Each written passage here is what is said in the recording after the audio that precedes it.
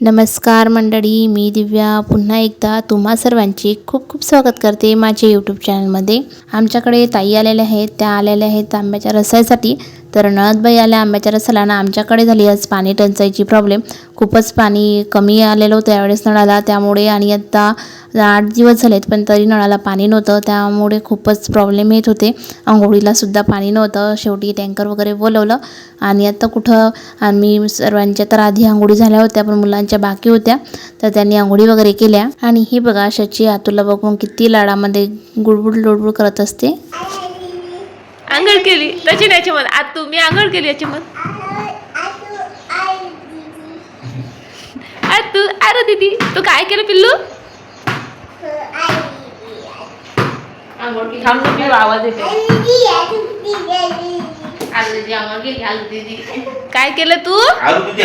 सर्व मुलांनी अंघोळी वगैरे केल्या, त्यानंतर आता सर्वजण बसलेत नाश्ता करायला आणि मामाजींना सुद्धा ऑफिसला जायचं असतं तर ते बसलेत नाश्ता करण्यासाठी आणि सर्व मुलांची तर पंगतच बसलेली आहे। मामाजीच्या ऑफिसमध्ये आंब्याचं झाड आहे, तिथं आंबे तोड झाली तर मामाजींनी काही कच्चे आंबे आणलेले होते, तर ते आंबे आम्ही गव्हामध्ये पिकवण्यासाठी ठेवलेले होते, तर ते आंबे तर छान असे पिकून आलेले आहेत आणि आता त्याचा स्वाद आम्हाला आला तर वास घेऊन आम्हाला तर आंबे खायचेच होते। आणि ताई वगैरे आल्यानंतर मग कसं शांत बसणार आहे, तर एकाने आंबा काढला म्हणजे सर्वजण खाणार, तर ताईंनी आंबा काढला, त्यानंतर मी शची आणि शचीला तर भयंकर आंबा आवडतो आणि तिला जे आतमधली आठवडी असते ती तर चोकायला खूपच आवडत असते। आम्ही सर्वांनी मिळून आंबे वगैरे खाल्ले आणि शचीने नेमकीच अंघोळ केलेली होती, त्यामुळे तिच्या अंगावर पडेल वगैरे अशी भीती वाटत होती, पण तिला नाही मला आंबा खायचाच आहे असं तिचं सुरू होतं। शेवटी ताई मला बोलल्या अगं खाऊ दे, काय होते परत कपडे धुवून काढशील, आणि त्यांनी तिला शेवटी आंबा खाऊ घातला आणि मी तिच्यासाठी घरात दुसरे कलमी आंबे होते त्याच्या फुडी वगैरे करून दिलं, त्यांच्या मशने खा,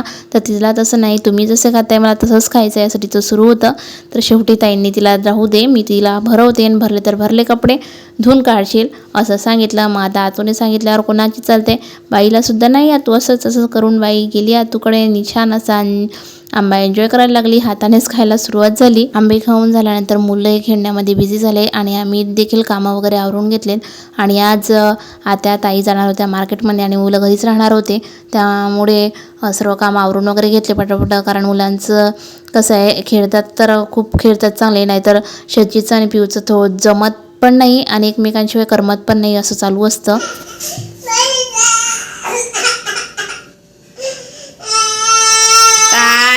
काय पाहिजे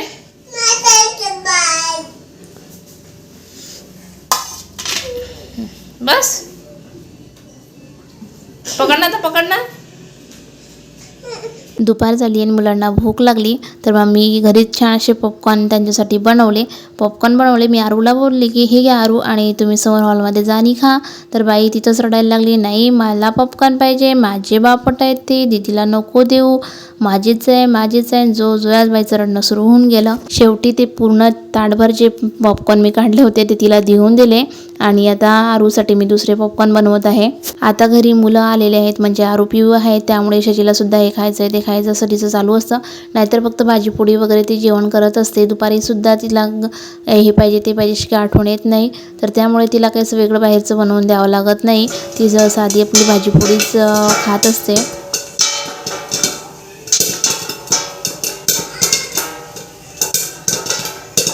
मी आरूसाठी छान असे पॉपकॉर्न कढईमध्येच बनवलेत, तर ते पॉकेटच होतं त्यामुळे त्यामध्ये दुसरं काही टाकायची गरज पडली नाही। सोबत त्यामध्ये मसाल्याची सुद्धा म्हणजेच शेजवान मसाल्याची सुद्धा त्यामध्ये पॉकेट आलेलं होतं, तर मी साधे पॉपकॉर्न असे बनवले। त्यानंतर जे शेजवान मसाला होता तो त्यामध्ये टाकला आणि आरूला ते खाण्यासाठी दिले, तर शचीने साधेवाले आणि आरूने शेजवान मसालावाले पॉपकॉर्न एन्जॉय केले, पण पिहूला असं काहीच आवडत नाही, तर त्यांनी काहीच न घेता दूध घेतलं फक्त। त्यानंतर मग सर्वजण फ्रेश वगैरे झालेत आणि आता टी व्ही वगैरे बघून खूप झालं, म्हणून मी त्यांना बाहेर फिरायला, आमची इथं छोटंसं गार्डन आहे बाहेर, तिथं ते तिघंजणं बाहेर फिरायला गेलेत। मी सुद्धा माझी संध्याकाळची कामं वगैरे आवरून घेतलेत आणि लागले स्वयंपाकाला, कारण स्वयंपाक बनवायचा होता आणि खूप सारा स्वयंपाक बनवायचा, फक्त भाजीपोळी नव्हती बनवायची तर बाकीचे सुद्धा पदार्थ बनवायचे होते, कारण आंब्याच्या रसाला आलेले आहेत, तर सर्व कुरडी पापड वगैरे सर्व तळायचं वगैरे भजे वगैरे सर्व बनवायचं होतं, म्हणून लवकरच स्वयंपाकाला लागले कारण ताईंना म्हटलं 1-2 दिवस थांब. आता ताई बोलला नाही माझं होत नाही, माझे झाडं वगैरे आहेत घरी, तुला तर माहिती आहे मला माझ्या झाडांशिवाय करमत नाही असं तसं. तर त्यामुळे त्या मला बोलल्या की मी त्यासाठीच मुलांना आधी पाठवून दिलं होतं. आता मुलं वगैरे राहिले, मी जास्तीत जास्त 1-2 दिवस थांबते आणि जाते. आणि मलासुद्धा माहेरात लग्न होतं, त्यासाठी लग्नाला जायचं होतं. म्हणून मी आजच जो स्वयंपाकाचा बेत आहे तो बनवण्याचं ठरवलं. स्वयंपाकामध्ये मी छान असं रस, पोळी, वड्यांची भाजी, शेवळ्या, कुरडी, पापड आणि भजे असं बनवलं. कारण घरामध्ये भाजीसाठी दुसरं काहीच नसल्या कारणाने वड्यांचीच भाजी बनवली. आणि ताईला तशीसुद्धा वड्यांची भाजी आवडते, म्हणून त्या बोलल्या रसासोबतच वड्यांची भाजी छान वाटते, राहू तीच करशील, सोबत शेवड्या कुरड्या बनव माझ्यासाठी, कारण मला शेवड्या कुरड्या आवडतात. म्हणून नेमकं त्यांच्यासाठी त्या गोष्टी मी त्यांना आवडतात त्या बनवण्याचा प्रयत्न केला. आणि भजे काढायचे राहू दिले होते. ताई जेव्हा आल्या तेव्हा गरमागरम मी भजे काढेल असं मी ठरवलेलं होतं. तर सर्व स्वयंपाक झाल्यानंतर मुलांना वगैरे जेवायला देऊन दिलं, कारण पिऊला लवकर भूक लागते. तर पिऊने वगैरे जेवण करून घेतलं. मुलांचे जेवण झालेच तोपर्यंत ताईसुद्धा आल्या. तर मी आधी गरमागरम भजे काढून घेतले आणि त्यानंतर थोडंसं डेकोरेशन करते म्हटलं. थोडंफार डेकोरेशन केलं आणि लगेच ताटं बनवायला सुरुवात केली. पण ताई बोलल्या की राहू दे थोडा वेळ, मंगेशी येत आहे तर तो आल्यानंतर आपण सर्व सोबतच जेवण करू. तर राहू दिले नाही, आम्हीसुद्धा गप्पा गोष्टी करण्यासाठी बसलोत आणि शशीच्या बाबांची वाट बघणं चालू होतं. आणि मुलांचं काय डेकोरेशनसोबत खेळणं सुरू होऊन गेलं. हे बघा मी असं करते, मी तसं करते असं शशीचं चालू होतं. आणि आरू पिऊ तिच्या मागे मागेच फिरत असतात. तर ती कसं ना खेळत आहेत तोपर्यंतच काय शशीचे बाबा देखील आले.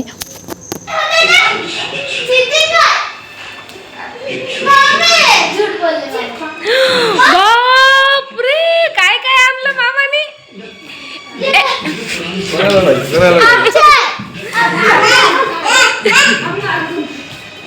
माझी आहे ना, माझ्या कोणासाठी आणलं. शशीचे बाबा आले, सोबत ते कुल्फी वगैरे आणि आईस्क्रीम वगैरे सुद्धा घेऊन आलेत. तर शशीला माझं आहे असं सुरू झालं. तर ताई बोलले आधी फ्रीजमध्ये ठेवू द्या, नंतर सर्वजणं खा. तर तसं मुलांना आवडत नव्हतं, नाही खायचंच आहे आताच खायचं आहे, जेवण नंतर करू, आम्ही आधी खातो. तर शशीचे बाबा बोलले आधी मला भेटून तर घ्या मग आईस्क्रीम खायचा. पण मुलांना तेवढी धीर नव्हती. आरोपी ओढणी मामांना गळा भेट दिली तेव्हा कुठं शशीसुद्धा गेली आणि बाबासोबत भेटली आणि परत आईस्क्रीमवर ताव त्यांचा सुरू झाला. तर आजी आणि नात म्हणजे शशी दोघं मिळून आता आईस्क्रीम खात आहेत. पण मग आरोपी त्यांचंसुद्धा सुरू झालं, नाही शशीला कशी दिली, आम्हाला पण पाहिजे, आम्ही पण खातो तर आम्ही पण खातो. तर सर्व मिळून आता छान अशी आईस्क्रीम एन्जॉय करत आहे.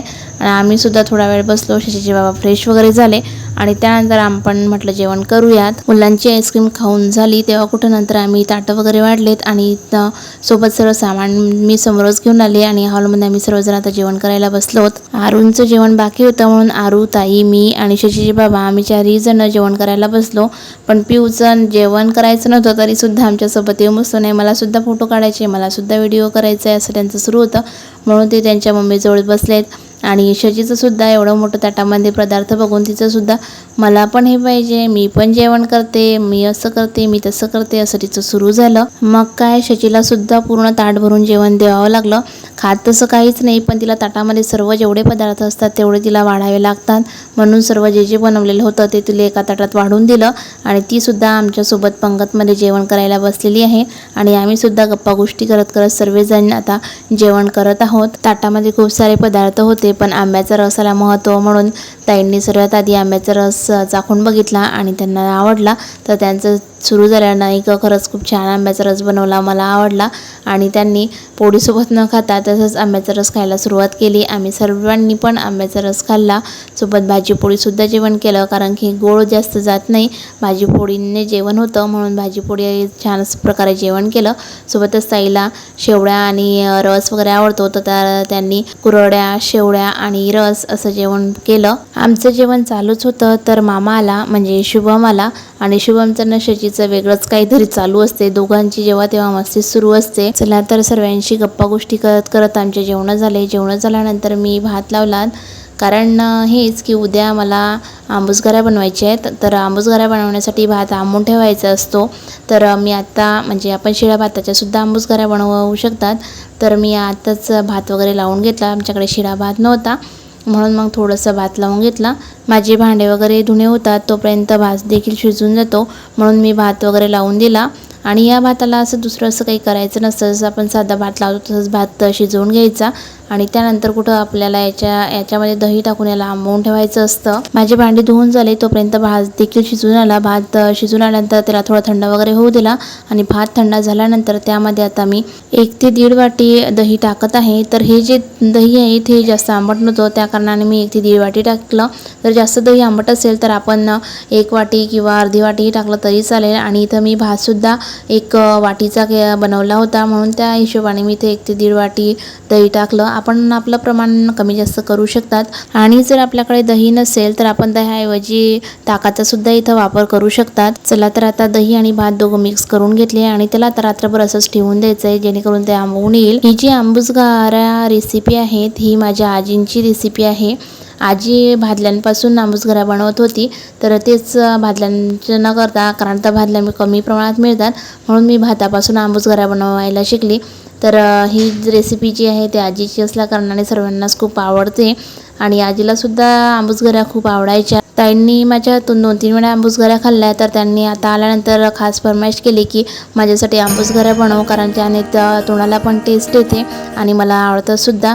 तर म्हटलं चला बनवूया, तुमच्यासाठी स्पेशल आंबूसघाऱ्या बनवते. चला तर मंडळी, आजचा व्हिडिओ इथंच संपवते आणि पुढच्या व्हिडिओमध्ये भेटूयात. ननदबाईंसाठी आंबूसघाऱ्या मी कशा बनवल्या, काय बनवल्या आणि आंबूसघाऱ्या काय असतात हे सर्व काही मी तुमच्यासोबत पुढच्या व्हिडिओमध्ये शेअर करेन.